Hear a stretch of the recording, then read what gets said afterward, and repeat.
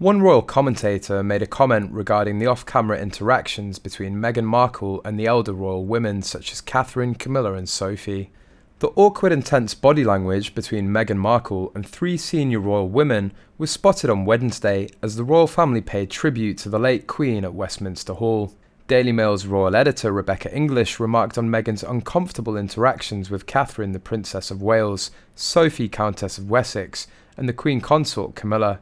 She also noted that anyone could tell something is slightly wrong here, even if they didn't know about the royal rift in the family. Miss English claimed a lot of the body language could be seen off camera. She told, "A lot of us, what we saw happened off camera because you weren't allowed to pick up your cameras until they saw the coffin. We had 5 to 10 minutes of just watching them. The body language was fascinating. You couldn't help but notice the body language between the senior royals and Meghan from where we were standing." The royal expert continued, "You could see that Camilla, Catherine and Sophie were together and the body language was very comfortable between them. But then there was Meghan, and you could have almost fitted somebody else in that space. It spoke volumes. If you didn't know what we all know that has happened over the past few years, you'd have turned up and thought, that looks a bit odd. There's something slightly wrong here." Miss English described that there was something self-consciously awkward about her posture as Meghan faced the coffin. She added, "Someone whispered to me while I was there, 'God, that body language speaks volumes.'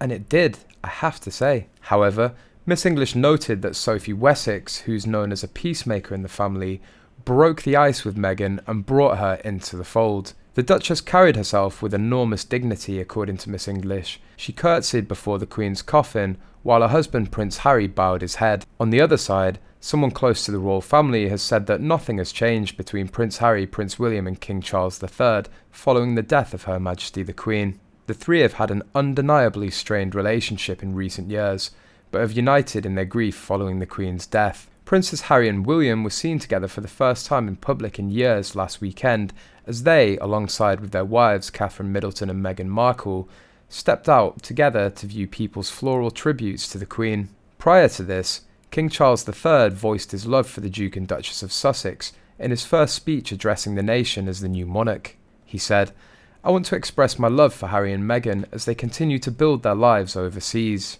But things might not be as amiable as it seems, as a source close to the royals has alleged that everything will go back to how it was once the Queen's period of mourning is over.